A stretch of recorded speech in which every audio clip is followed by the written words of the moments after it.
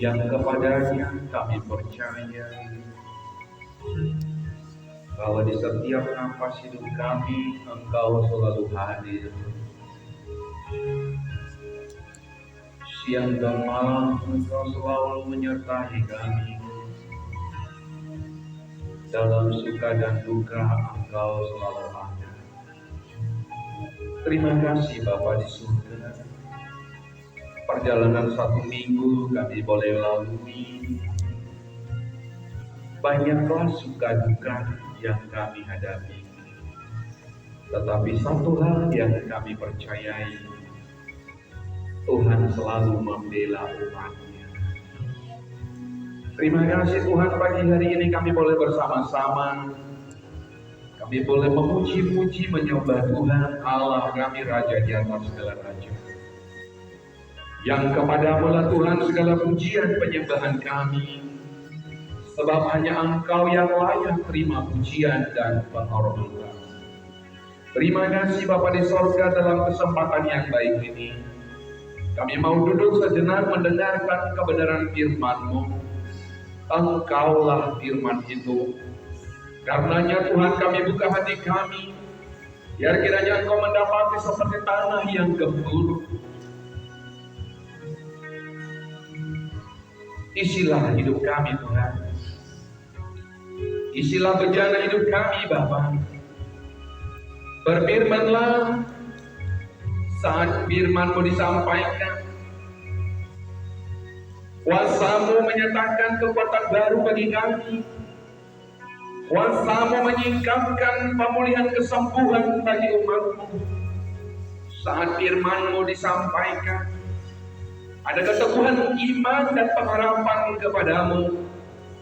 Karenanya ya Allah, sepanjang waktu pemberitaan ini, biarlah Roh Kudus mengambil alih seluruh keberadaan tubuh, jiwa, dan roh kami. Dan hamba-Mu menjadi alat bagi kemuliaan-Mu. Pakailah Tuhan dan berbicaralah bagi kami. Berkati kami sekalian, kami sudah siap. Di dalam nama Tuhan Yesus, haleluya, sama-sama katakan. Amin. Silakan dulu kembali Bapak Ibu. Shalom semuanya. Puji nama Tuhan, senang kembali di minggu pertama. Sesuatu yang beda ya, minggu pertama. Ya. Tapi semua karena kemurahan Tuhan, ada amin. Nah, saudara, saya sebelum yang belakang itu fokus ya. Saya nggak nyampe 2 jam, paling 1,5 jam saja. Kita fokus ya. Yang setuju katakan amin. Nah, sebelum saya mulai dari altar ini, saya mohon maaf. Sekali lagi, saya mohon maaf. Kalau nanti saya pinjam kata-kata yang mungkin bagi telinga saudara, bagi pendengaran saudara agak sedikit ngeh.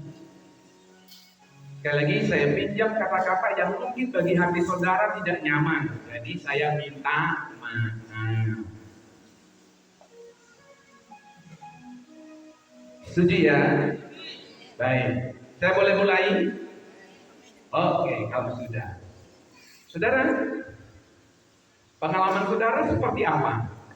Pengalaman saya begini. Ketika saya melihat, Bapak-bapak, saya udah minta maaf kan? Ketika saya melihat seekor anjing, saya udah minta maaf kan? Saya hanya membuat pendekatan supaya nanti ketika firman kita buka benar-benar klik dan kita mampu untuk mengekspresikan diri terhadap kebenaran itu. Saudara, pengalaman saya melihat seekor anjing yang di sebelah kanan ini, katakanlah ada seekor anjing sebelah kanan. Yang di sebelah kanan ini, anjing ini duduk diam, tenang, nyaman sekali. Seolah tidak ada kekurangan, mungkin dia adanya. Seolah tidak ada persoalan, mungkin dia sudah lega. Seolah tidak ada tekanan karena segala sesuatu dia dapat dari tuannya. Nah, perhatikan kemudian pengalaman saya melihat seekor anjing yang di sebelah kiri saya. Sorry, saya belum bisa lanjutkan karena saya lihat di sana tidak fokus. Saya lihat di sana tidak fokus. Ini waktunya kita mendengarkan firman Tuhan. Yang mengerti katakan amin.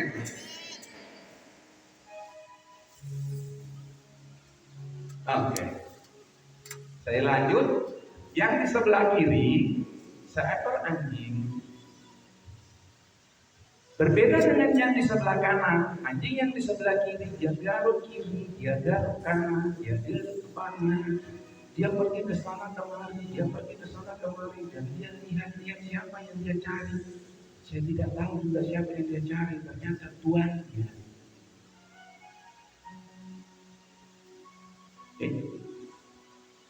Yang di sebelah kanan tenang, yang di sebelah kiri gelisah. Ya. Bapak Ibu, saya membaca satu tulisan dari seorang penulis yang hebat, ya, berkebangsaan Amerika, dia namanya Place.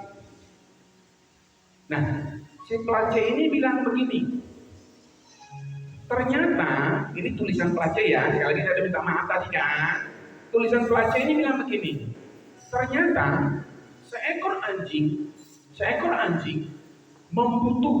memerlukan 2-3 ekor kutu. Seekor anjing membutuhkan 2-3 ekor kutu. Jadi setidak-tidaknya Dr. Place mengambil penelitian dan menyimpulkan kenapa anjing yang di sebelah kanan ini dia bisa duduk tenang, diam dan aman, karena dia tidak punya kutu. Jadi tidak ada kesempatan bagi dia. Untuk apa dia garuk-garuk orang tidak ada kutu? Dia sehat, dia kuat, dia nyaman, dia udah dikasih makan, dia udah dikasih minum. Bisa aja dia dikasih minum susu. Tapi berbeda dengan anjing yang di sebelah kiri. Kenapa dia garuk-garuk, lalu dia pindah ke sana, dia cari siapa yang dia cari. Ternyata yang dia cari tuannya. Kenapa dia cari tuannya? Karena dia banyak kutu, bukan lagi 2-3 ekor, banyak kutu. Nah, itu menurut Dr. Place. Saya kemudian mengamati tulisan itu. Saya kemudian memahami tulisan itu, dan memang benar. Seperti seekor anjing yang membutuhkan 2-3 ekor kutu, seperti seekor anjing yang membutuhkan 2-3 ekor kutu. Yang di belakang, fokus. Kita tidak sedang melihat ayat di gadget saudara, belum, masih mendengarkan ke sini. Seperti seekor anjing yang membutuhkan 2-3 ekor kutu. Ternyata semua orang percaya seperti anjing yang membutuhkan 2-3 ekor kutu. Setiap orang percaya butuh masalah. Jadi kutu tadi ternyata adalah masalah bagi seekor anjing itu. Sekali lagi, ya, 2-3 ekor kutu itu ternyata masalah bagi seekor anjing itu. Nah, kita lihat kemudian tadi dia garuk-garuk begini, lalu dia pergi ke sana kemari, dia cari siapa? Tuannya. Karena dia butuh pertolongan, karena dia butuh perhatian, karena dia butuh dinafkahi. Saya dan saudara sekalian, setiap orang percaya harus sadar bahwa kita butuh masalah. Yang mengerti katakan amin. Lalu ketika ada masalah bagaimana? Memang kita membutuhkan masalah. Jadi jangan ada yang berdoa mulai saat ini, jangan lagi ada yang berdoa, Tuhan kami tolak masalah. Jangan ada yang berdoa menolak masalah. Dikatakan dalam tulisan pasal pertama, merujuk sampai pasal yang kedua dari kitab Ayub. Ayub adalah seorang yang saleh. 7 anak laki-lakinya, 3 anak perempuannya, kambing dan dombanya, unta dan bahkan pelayan-pelayannya begitu banyaknya. Tapi saudara, ketika kita pahami kemudian lewat pembelajaran kitab Ayub, apa yang terjadi? Suatu ketika Ayub menghadapi masalah.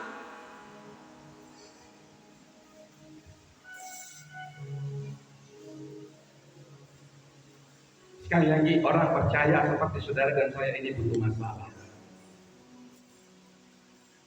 Kalau lagu dunia bilang begini, lagu dunia, minta maaf lagi ya.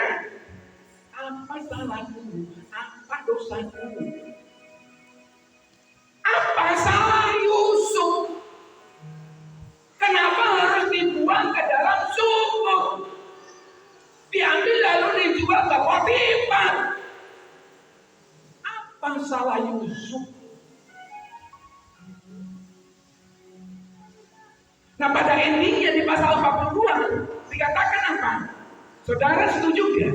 Sebenarnya ketika ada masa paceklik 7 tahun lamanya di negeri Israel, dan 7 tahun masa panen itu, Yusuf diperintahkan Tuhan untuk menyimpan semua hasil panen di lumbung. Dan lalu kemudian suatu ketika Yakub berkata kepada anak-anaknya yang 10, kecuali Benyamin, berarti 9 yang berangkat, pergi ke tanah Firaun. Bawalah ke sana persembahan dan gantikan dengan gandum. Saudara, ketika 9 saudara Yusuf datang ke istana Firaun, dan Yusuf pada waktu itu adalah orang kedua penguasa di kerajaan Firaun itu, pertanyaannya, ada nggak kesempatan bagi Yusuf untuk membunuh, untuk membalas dendam kepada saudara-saudara yang 9 orang? Ada. Di dalam istana ini, apa susahnya bagi Yusuf untuk berkata kepada saudara-saudara pengawal kerajaan, tangkap, bunuh semua itu? Mudah bagi Yusuf. Tapi pertanyaannya, adakah Yusuf membalas dendam? Adakah Yusuf membalas kepada saudara-saudaranya? Tidak. Apa salah Yusuf? Dia dituduh berzina, dipenjarakan. Halo? Apa salah Daud? Sehingga dia harus dikejar-kejar oleh Saul. Dikatakan di dalam cerita tentang Saul dan Daud itu, ada saat di mana Daud untuk bisa menombak Saul, tetapi firman Tuhan katakan kepada Daud, jangan menyentuh bayangannya pun jangan. Apa salah Daud? Kenapa dia harus mengalami persoalan?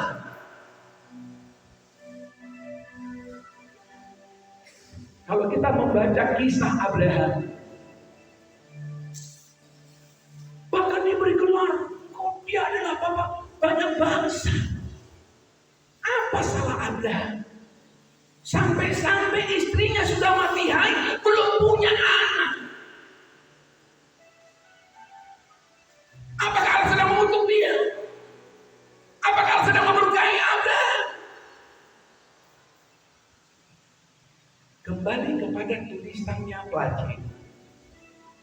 Sama seperti seekor anjing, orang-orang percaya seperti saudara dan saya butuh masalah. Nah, kita mau lihat untuk apa ada masalah. Apa yang kita dapatkan dari hikmat-hikmat masalah itu? Apa yang kita bisa terima dari persoalan masalah? Kita baca ayatnya yuk, sama-sama kita buka. Di dalam Yakobus pasal yang pertama, ayat yang kedua hingga ayat yang ke-8. Yakobus pasal yang pertama, ayat 2 hingga ayat yang ke-8. Yuk kita baca sama-sama. Yakobus pasal 2, pasal 1 ayat 2 ayat sampai ayat yang ke-8. Bisa fokus dari sana? Masih Masih punya suara? Yuk kita baca sama-sama. 2, 2, 3. Saudara-saudara, anggaplah sebagai suatu kebahagiaan apabila kamu jatuh ke dalam berbagai pencobaan. 3. Sebab kamu tahu bahwa ujian terhadap imanmu itu menghasilkan ketekunan. 4. Dan biarkanlah ketekunan itu memperoleh buah yang matang, supaya kamu menjadi sempurna dan utuh dan tak kekurangan suatu apapun. Terus, tetapi apabila di antara kamu ada yang kekurangan hikmat, hendaklah ia memintakannya kepada Allah yang memberikan kepada semua orang dengan murah hati dan dengan tidak membangkit-bangkit, maka hal itu akan diberikannya kepadanya. Nah, hendaklah ia memintanya dalam iman dan sama sekali jangan bimbang. Sebab orang yang bimbang sama dengan gelombang laut yang diombang-ambingkan kian kemari oleh angin.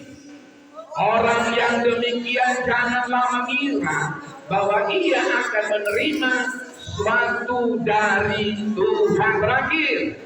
Sebab orang yang mendua hati tidak akan tenang dalam hidupnya. Saya mau fokus ayat yang kedua saya. Perhatikan sekali lagi dikatakan, saudara-saudaraku.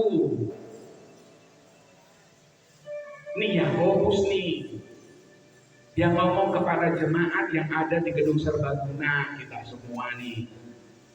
Yakobus bilang, saudara-saudaraku. Nah kalau kita saudara dengan si pembicara, dengan si Yakob yang sedang ngomong, mestinya kita mau dengar-dengaran atau tidak? Namanya kepada saudara, tidak boleh tutup telinga, harus dengar-dengaran. Apa kata si Yakobus? Anggaplah sebagai suatu kebahagiaan. Waduh, bahagia kalau kita jalan-jalan ke mall, bahagia kalau kita lagi refreshing, bahagia kalau kita lagi healing, bahagia kalau kita lagi punya.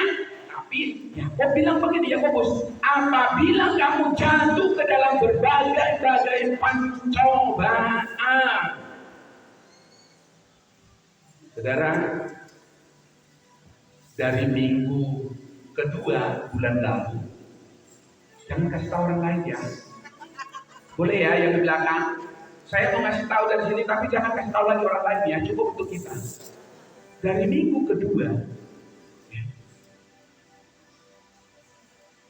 kedua, sampai hari Rabu kemarin, saya dan istri saya dinyatakan, memang kami sudah booster 2 kali, dinyatakan, berarti kami sudah suntik 4 kali, dinyatakan. Jangan ngomong ya, makanya.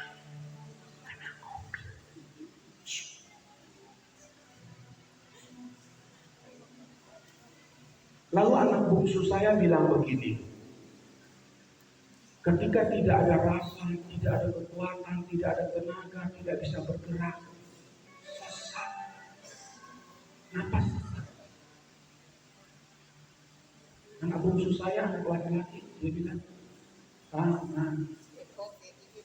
pegang aja semua badannya, bilang, terima kasih Tuhan, terima kasih Bapak, terima kasih Tuhan.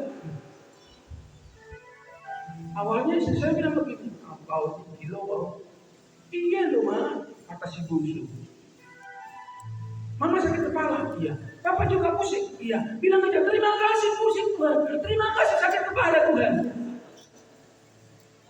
Kira-kira bisa nggak Bapak Ibu? Lagi nggak ada uang ini, terima kasih Tuhan, nggak ada uang di dompet, di kantong apalagi di tas. Bisa nggak? Susah kan? Memang susah. Ya. Allah, bagaimana kita mau mengikuti apa yang kata Yakobus? Suatu kebahagiaan, kata kebahagiaan kan berarti kata-katanya ucapan syukur. Kalau bahagia itu kan wajahnya berseri-seri. Coba, cuman karena kangkung yang ditumis, maunya kita mulai kambing, apa yang terjadi? Wajah kita udah cemberut murung begitu. Itu hanya karena berbeda yang dihidang dan yang kita selerai. Bagaimana ketika tubuh kita? Tiap pagi kami harus lari ke ladang.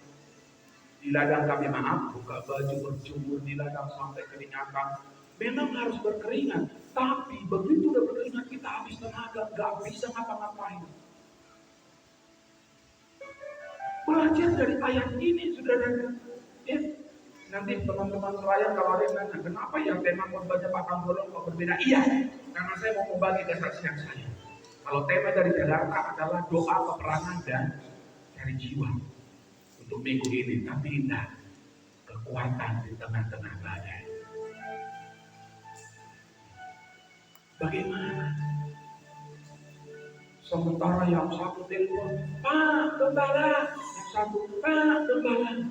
Semuanya kami harus layani. Kami upayakan semaksimal mungkin. Di tengah ombak dan arus percobaan,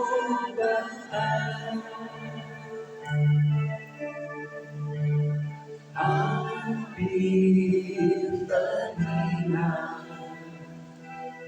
tujuan arah hidup.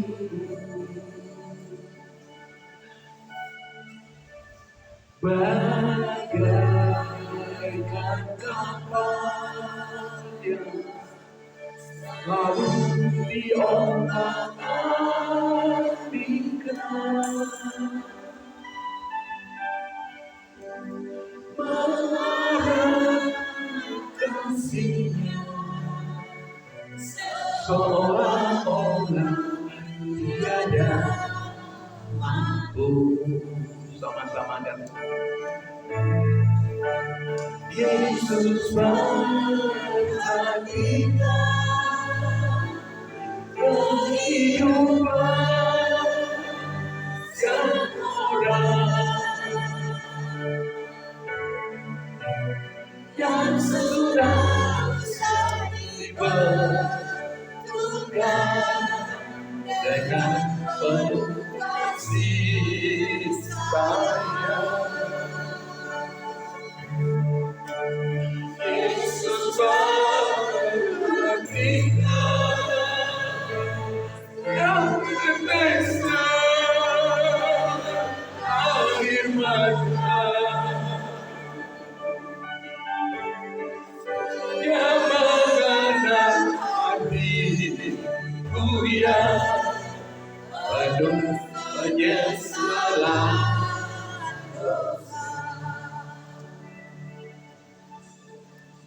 Bapak Ibu, minggu lalu saya ada kunjungi bukan jemaat GBI Launching, tapi sudah 3 kali istrinya dan anak-anaknya ibadah di GBI Launching. Lalu bolak-balik telepon dan WA saya dalam keadaan yang kurang sehat, minta dikunjungi. Tunda punya tunda. Minggu lalu saya kunjungi, kaget saya. Kenapa? Ada mobil Brio di depan rumahnya. 4 atau 6 ya ban mobilnya. Nah, paling tidak 4. Mobil Brio ini bannya 4. Di depan teras gembos semuanya. Lalu di garasi ada mobil pickup, 2 ban belakang gembos. Saya bilang, "Shalom Ibu, shalom." "Masuk Pak, masuk." "Oh iya." Sambil saya mau masuk, saya bilang begini, "Ibu, kenapa dengan mobil?" Jawaban ibu ini, "Ya Pak Kepala, Saya marah. Saudara, gak usah dibahas. Masuk ke rumah, lalu duduk. Singkat cerita, saya tak lanjutkan lagi. Karena tidak lama kemudian suaminya datang. Ditelepon, katanya suaminya, maaf nih. Katanya suaminya jarang pulang. Tapi begitu ditelepon, Pak Gembala katanya datang. Pak Pendeta datang, Pak Kukono belum kenalan kami. Dia bisa datang. Begitu dia datang, selidik punya selidik, selidik punya selidik, selidik punya selidik. Ketika ada masalah,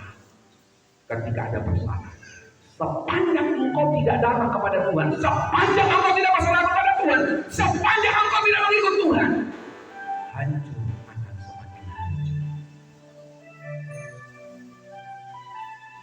Maka mestinya bagaimana? Segala perkaramu kuserahkan padamu. Kenapa? Allah pembelaku. Yang khawatir. Segala khawatirku ku taruh di tanganmu. Kenapa? Allah memeliharaku.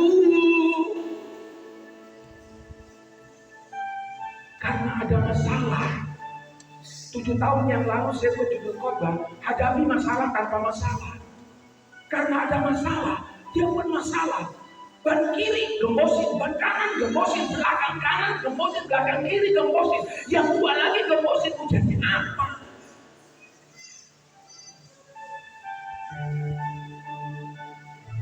Lalu,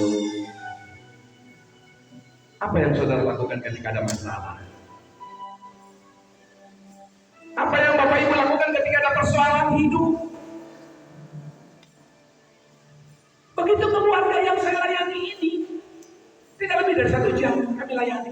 Akhirnya apa? Jadi tinggi winggi.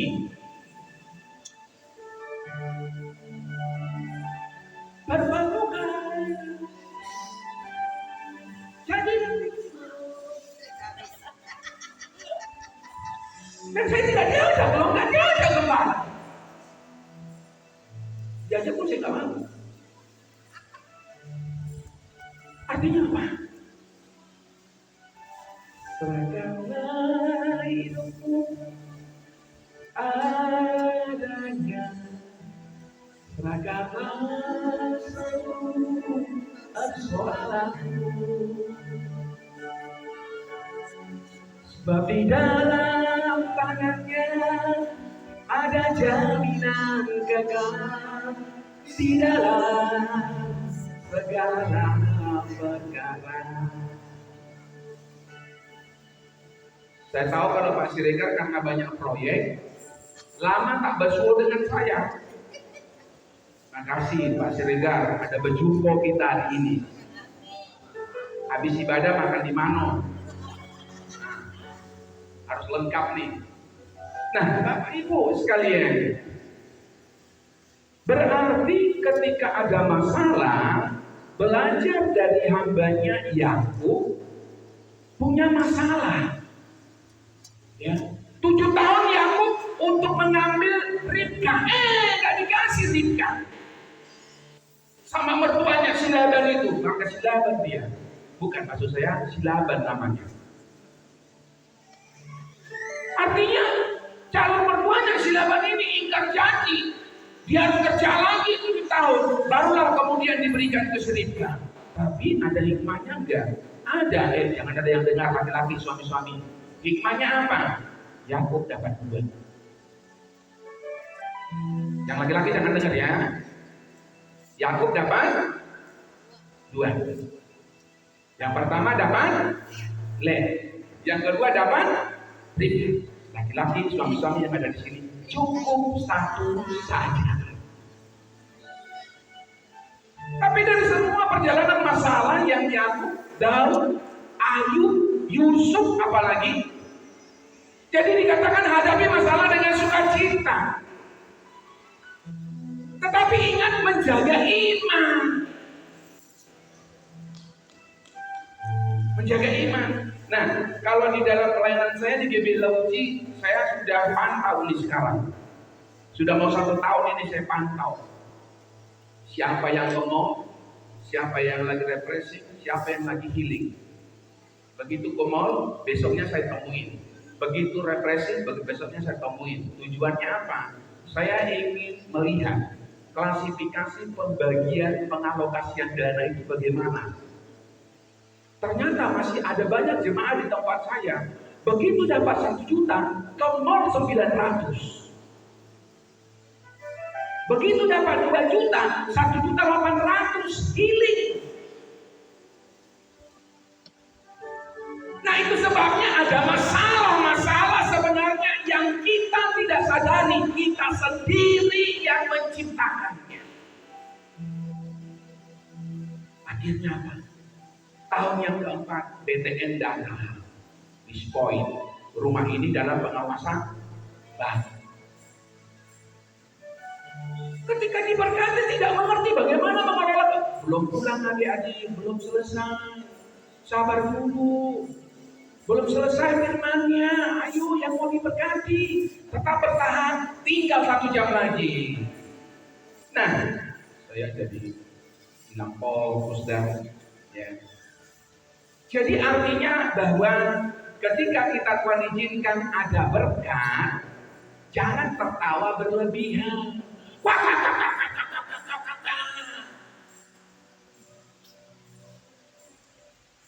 Jam 10 siang suaminya anak-anak diajak ke mall. Begitu pulang dari mall, malamnya diajak ke pasar malam. Begitu pagi-pagi diajak ke pasar lontong. Habis semua penghasilan. Kenapa penting masalah keuangan kita kelola dengan baik?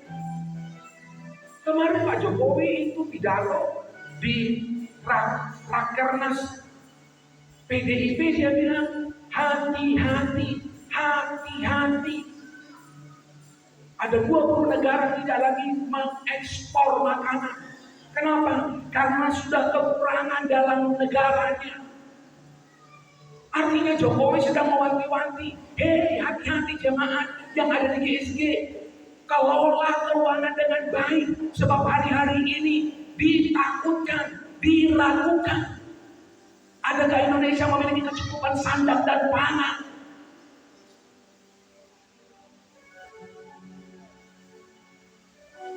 Saudara, lalu pertanyaannya, apa gunanya masalah?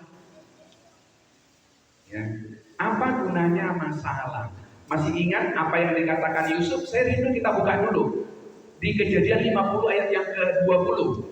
Nah, ini apa gunanya masalah? Kita lihat dulu. Apa kata Yusuf kepada saudara-saudaranya? Mulai dari Ruben, ya. Kejadian 50 ayat yang ke-20 dikatakan apa? Memang kamu di sini jamak lebih dari satu yang ditujukan kepada saudara-saudaranya. Di mana keadaan ini? Di dalam satu ruangan tertentu yang dikhususkan. Perjumpaan antara Yusuf sebagai penguasa nomor 2 di kerajaan Piram dengan 9 saudara-saudaranya, saudara kandungnya. Nah, ketika bertemu, awalnya Yusuf itu sudah lari ke kamar untuk menangis meraung-raung. Karena apa? Karena dia ingat semua perjalanan suka dukanya ketika dia dibuang ke dalam sumur, dijual, dan dia mengalami banyak tantangan persoalan hidupnya. Lalu kemudian dia berjumpa dengan saudara-saudaranya. Lalu Yusuf berkata, memang kamu telah mereka-rekakan yang jahat terhadap aku, saudaraku, kalau saya boleh tambahkan ya. Memang kamu telah mereka-rekakan yang jahat terhadap aku, saudara-saudaraku yang 9 orang. Tetapi kita baca sama-sama, mulai dari tetapi, 2, 3.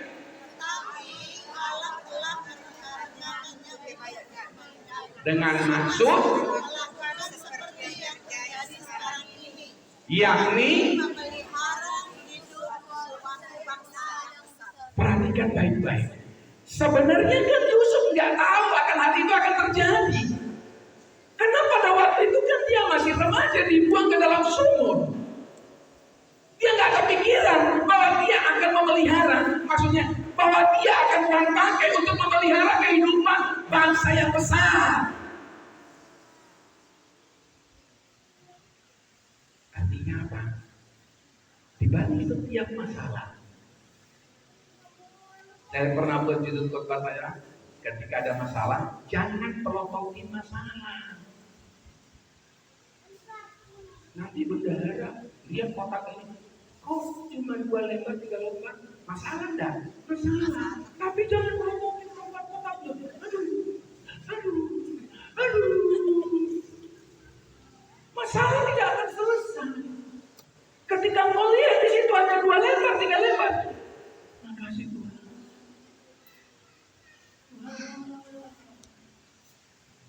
Bukan prototip masalah. Itulah yang kita pelajari dari Yusuf. Dia tidak prototip masalah. Bagaimana dia dimasukkan ke dalam sumur. Sehingga dia tidak punya hati nurani untuk membalas dendam.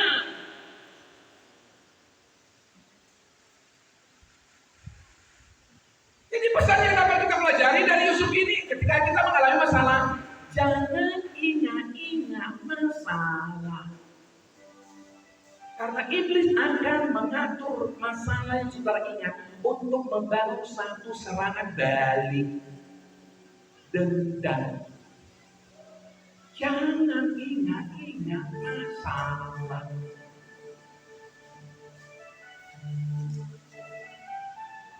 Saudara, saya pernah kebayang nggak bisa berdiri di tempat ini? Enggak lah.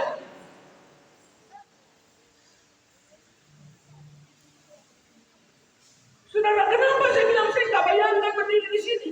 Ya, 27 tahun yang lalu saya lumpuh.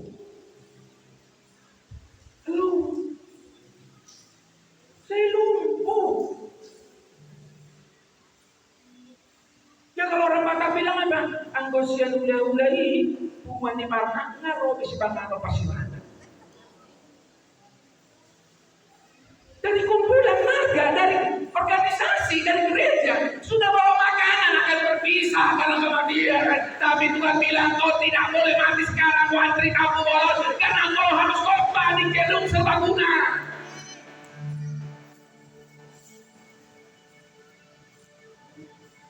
Pada saat kaki saya lumpuh, yang sebelah kiri badan, tangan semuanya lumpuh. Suara supaya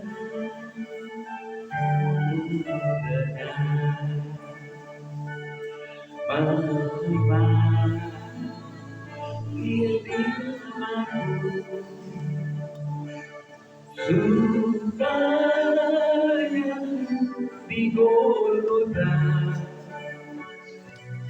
tiba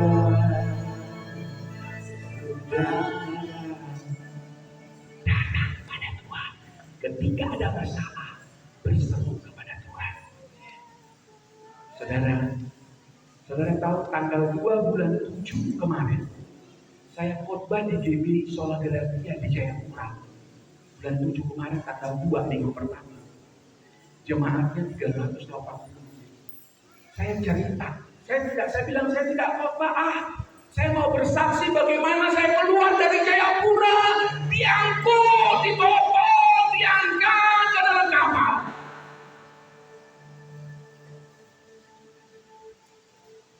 Setidak-tidaknya 90% jemaat itu menangis.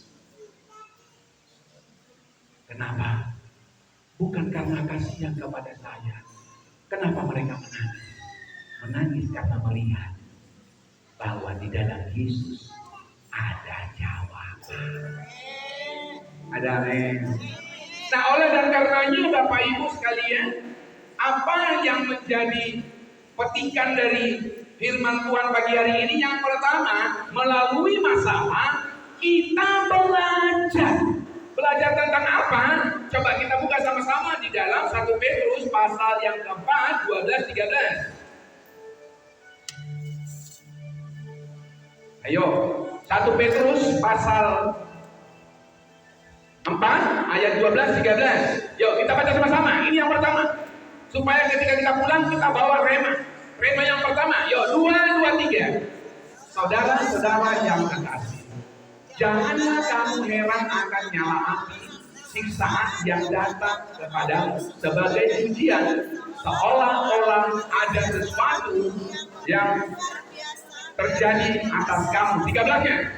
Sebaliknya, bersukacitalah sesuai dengan bagian yang kamu dapat dalam penderitaan Kristus, supaya kamu juga boleh bergembira dan bersukacita pada waktu Ia menyatakan kemuliaan. bersukacita, bergembira, engkau tangguh. Artinya apa? Kita boleh menjadi tangguh. Ketika ada masalah, kita menjadi tangguh. Makanya Rasul Paulus bilang apa? Hendaklah kamu terpelajar dari apa? Pengajaran yang sudah. Jadi jangan ada yang masuk banget 2 kali. Yang mengerti katakan amin. Kalau mengambil isi dompet suami diam-diam itu masalah, jangan ulangi. Ya, jangan ulangi.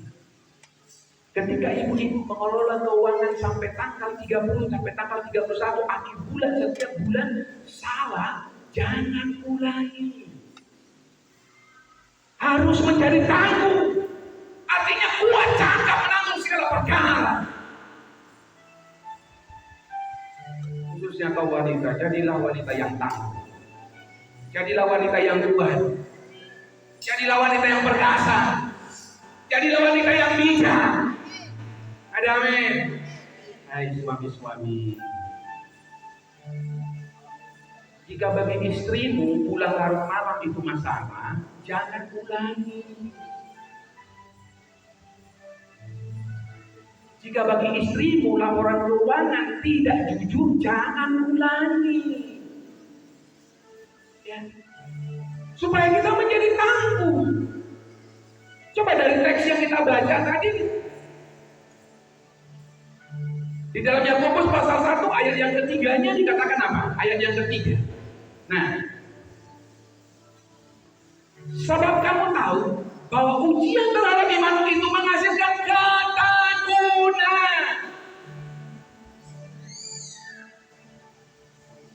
Ayo, bagi teman-teman, kalau nggak ada uang persembahan masalah nggak?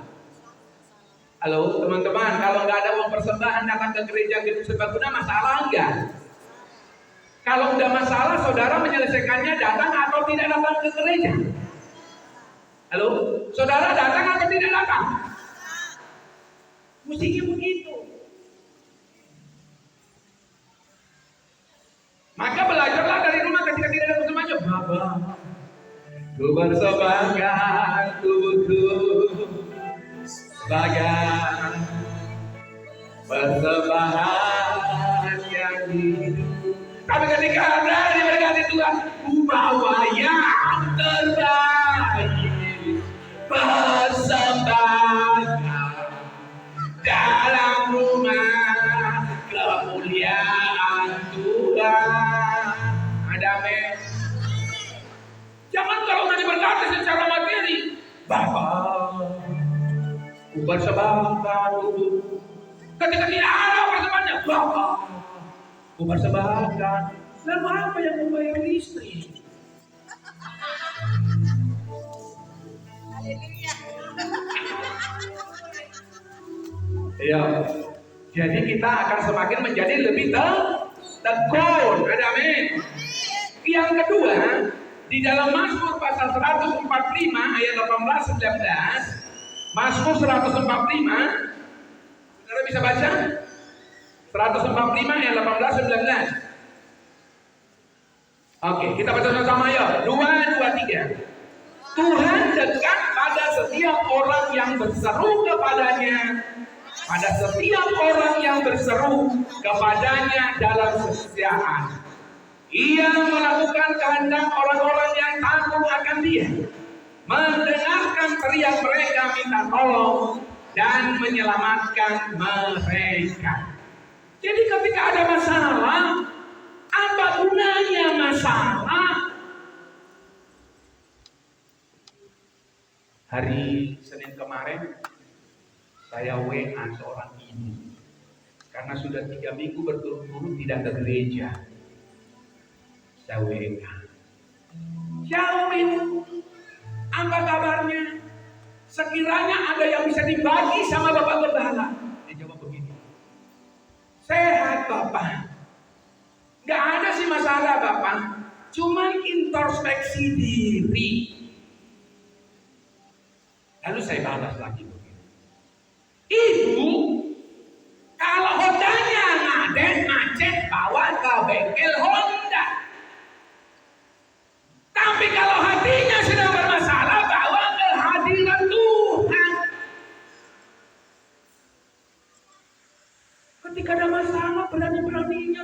minggu nggak bertemu di hadirat Tuhan. Lalu dibalas, iya Bapak, aku janji minggu depan aku datang. Tadi sebelum saya kesini, kami kan sama-sama beribadah dengan ibu dan bapak gembala kita. Saya bilang, shalom Bapak, oh datang ya. Janjikan Bapak, haleluya. Ketika aku kemana? Ku datang kepada Yesus. Ingat aja ketika Bapak datang kepada Yesus. Berarti ketika ada masalah, gunanya adalah membuat kita semakin dekat kepada Yesus.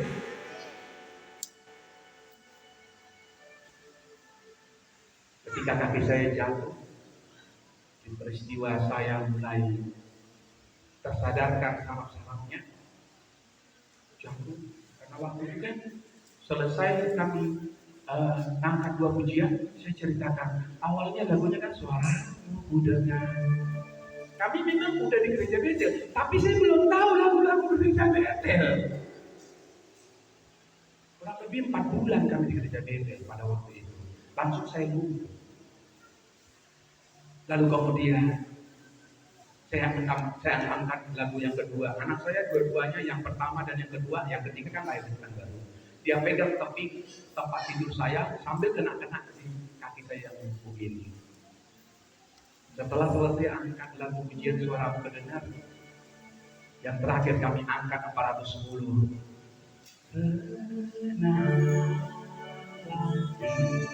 Di hatiku Tuhan memimpin langkahku. Lalu ketika ada masalah, harusnya kita semakin dekat kepada Tuhan Yesus. Selesai kami angkat 2 ayat dari 410, jatuhlah kaki saya ini tanpa saya sadari, jatuh ke lantai, dan dia langsung kayak kena stone sampai ke dada saya kayak kena stone. Tiba-tiba kemudian ada yang ketuk rumah. Yang datang ketuk rumah seorang bapak, orang Jawa, dia supir oplet, istrinya jualan di puskesmas, jualan makanan ringan, istrinya pakai kerudung, anaknya satu namanya Agus, kelas 2 SD. Lalu anak saya yang laki-laki bilang begini, Om masuk Om, mau ketemu siapa Om? Mau ketemu Bapak. Langsung aja Om ke kamar, Bapak lumpuh, nggak bisa keluar Om. Enggak, kami di sini aja. Di ruang tamu dengan sofa warna hijau. Mereka duduk. Karena ngotot katanya tidak mau ke kamar. Akhirnya karena saya merasakan sudah ada tenaga, sudah ada, tapi masih belum bisa ditekan. Akhirnya saya pegang tembok. Jangan ikuti ya. Jangan diajak dong. Ini kan cuma praktek kejadian dulu. Jangan nanti di luar sana, pendeta tadi waktu begini loh. Enggak. Lalu sampailah saya di ruang tamu. Saya bilang tidak. Saya tidak menjual rumah ini kalau bukan kepada orang yang kenal Yesus. Akhirnya tiga-tiganya terima Yesus. Saya tunggu dalam doa terima Yesus. Itu jam 10:05, jam 1 bayar cash, jam 5 sore keluar dari rumah. Bagi Tuhan ada daya mustahil. Bagi Tuhan